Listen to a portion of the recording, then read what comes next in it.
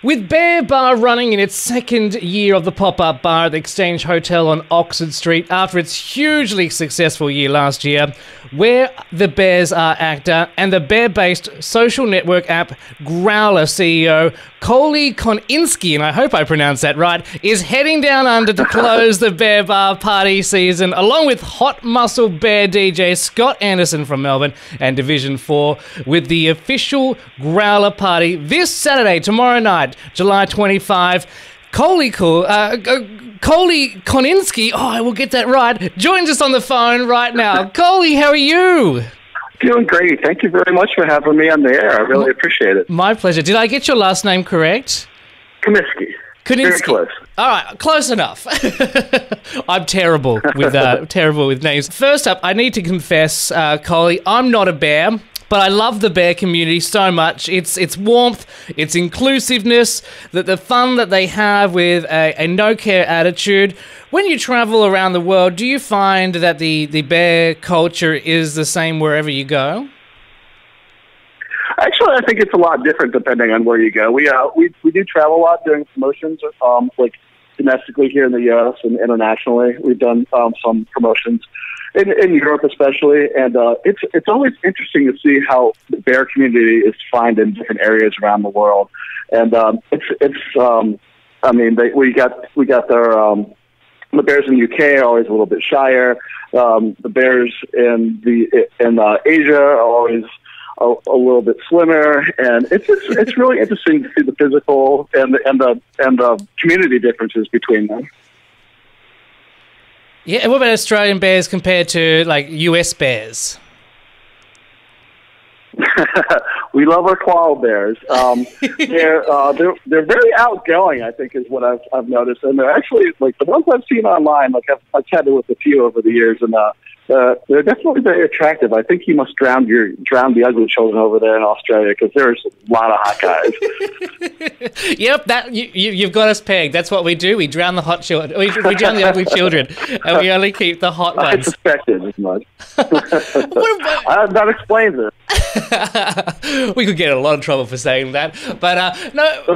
With the bear community, traditionally very hairy sort of men, how is the bear community dealing with the whole hipster movement that's been very popular in the last few years, where you've got younger, slimmer, twinky sort of guys with these full-on grown beards? Well, I definitely agree with that. I think beards are kind of at the height of the popularity right now, and a lot of that is not necessarily due to the movement of the bear community, but the hipster community. Like facial hair has become extremely trendy, and I think that's definitely helping GROWLr and the bear community in general, just because more people kind of physically identify with the stereotypical bear. Although that's not the only way to define yourself by facial hair and being a little bit stockier. We find that. Like our GROWLr users, actually, there's a wide variety among, like, some people are slim, some people are big, some people are muscular, some people, just the whole range. Like, we try and appeal to the average everyday guy, and it's definitely, I think we hit a mark with that. Yeah. Now I have to ask, and you can be biased, where are the best bears in the world? The best bears in the world are wherever you are. Oh, how's that for a PC answer? That's so PC that it's almost sickening. Well, okay, so you GROWLr, the smartphone based app, which it's called a social networking app. Tell us about the app and why you created it. Well, the app's been around for going on 5 years now, I believe. It came out in November 2000, and at the time, like, I was a developer. I was working a full-time job. I was building websites for an insurance company, believe it or not. And then at the time, like, gay social networking was just kind of coming out of the woodwork, and there's a app that everyone's heard of. It's called GROWLr. Yep. And I was really curious, so I signed up for it. And the first thing I noticed was, like, none of these guys are like me. None of these guys are very bearish. It's a great app, but it just wasn't geared towards my type of guy. I'm a bear. I wrote it for myself. I wrote it for the bear community, and that was kind of what I was aiming for. And also, as a side note, one of the things I don't always tell in interviews, but I'll share it with you today, is like there was also kind of a revenge aspect to it as well. So very similar to the origin of Facebook. I was in a long distance relationship with a guy, and it ended horrible breakup. And because I basically found out he was cheating on me online with all these like social media apps, like online and on phone and everything like that. And I basically told him, I'm going to invent the best bear social media app, and you are never going to be allowed on it. So that's and I have to ask, is he still not on the app to this day? Oh no. To this day, he is not allowed on it. Did he try to apply for the? Did he try to register for the app? Yeah. I think only once that I'm aware of. But I know he's definitely not on the app. So that is the perfect revenge. I'm going to keep that in mind next time I want to get back at an ex. Now, how popular is GROWLr in Australia compared to the rest of the world? Well, I would definitely say that our main bread and butter is here in the U.S. The vast majority of the users are in the U.S. just because it's such a large country. But overall, like internationally, Australia ranks very, very high among international users. I think it's definitely a top 5 country as far as usage goes. I think it's shortly behind the UK as far as popularity. Yeah. Fantastic. Well, I think we need to pick up our game a little bit here down under. Now, do you guys know how many people are signed up to the app? As of today, we have, I think it's 5.5 million members. Wow. That's phenomenal. Yeah, it's a lot.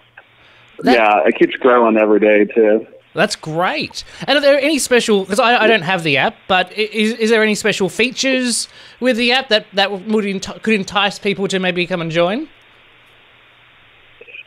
You mean the features that are coming out soon? New ones? Yeah, new ones, old ones, anything. Okay. Well, we actually had a new release come out today. It's available on the Android and iPhone platform.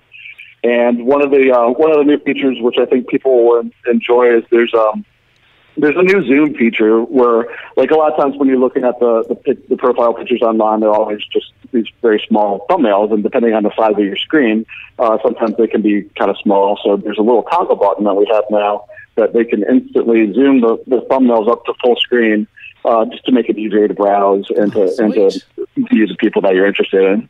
Yeah. And well, we also have another new feature that we're kind of happy about. It's called the GROWLr Hotspot. And what that is we've created a way so that all GROWLr users in a specific area at a specific time will automatically be upgraded to the full pro membership and receive all the benefits that comes with that. And to demonstrate that, we're actually going to be turning the Bear Bar into a hotspot tomorrow night during the event. Fantastic. That should be exciting for everyone there. Although, with everyone there in the pub, might be a bit difficult to use the app because you can... Never mind. Anyway, now, I don't want to stereotype, but sort of I want to have some fun. Can you list for us all the different classifications of the bear? The different classifications. Yeah. Okay. Well, there's a lot of them. There's new ones there's new little niches that come out like all the time. The first one is obviously the traditional bear, which I think for most of your users are pretty familiar with that. But we also have the cub, which tends to be a younger, possibly smaller build than the bear. There's the otter, which is basically a hipster with a lot of fur. Yep. And there's the silver daddy, which is typically an older gentleman, with a lot of gray hair. There's the muscle bear, which is a very popular subset of bears. And there's kind of like the regional ones, there's your koala bears, and in Australia, and your panda bears in China, and not all of them always identify by that, but like typically when you're referring to different countries, you could easily get away with like those nomenclatures. So just a lot of fun stuff, and someone made a joke the other day to me about like you should come out with a walrus category, which I'm not really sure how that fits into the whole the bear scheme, but it was kind of interesting to think about. How would that work? Said someone with long teeth or something. I don't know. I'm thinking, was that supposed to be like maybe a chubby guy or something? I'm not really sure. I don't think they thought that one through properly. Yeah, I'm not sure about that one. Now, what can people expect from the GROWLr party tomorrow? Well, I think it's going to be a lot of fun. We're doing a lot of promotions with the event company, and it's going to be a lot of drinking, dancing, fun, and free benefits. Lots of free GROWLr. Everyone there is going to get a free pro membership while they're there, which I think is a big plus. So if you've got private pictures that you haven't been able to see until and you haven't upgraded, you want to make sure that you attend the party tomorrow, and you'll be able to see all those. All the full screen versions of everyone's party. So it'll be wonderful. Beautiful. Coley, thank you so much for joining us on the show today. Of course, Bear Bar closing tomorrow night at the Exchange Hotel on Oxford Street. It's $10 entry. Can't wait for it. I think I might have to head down for a drink. Coley, thank you so much for joining us on the show and chatting with us today. Thank you very much.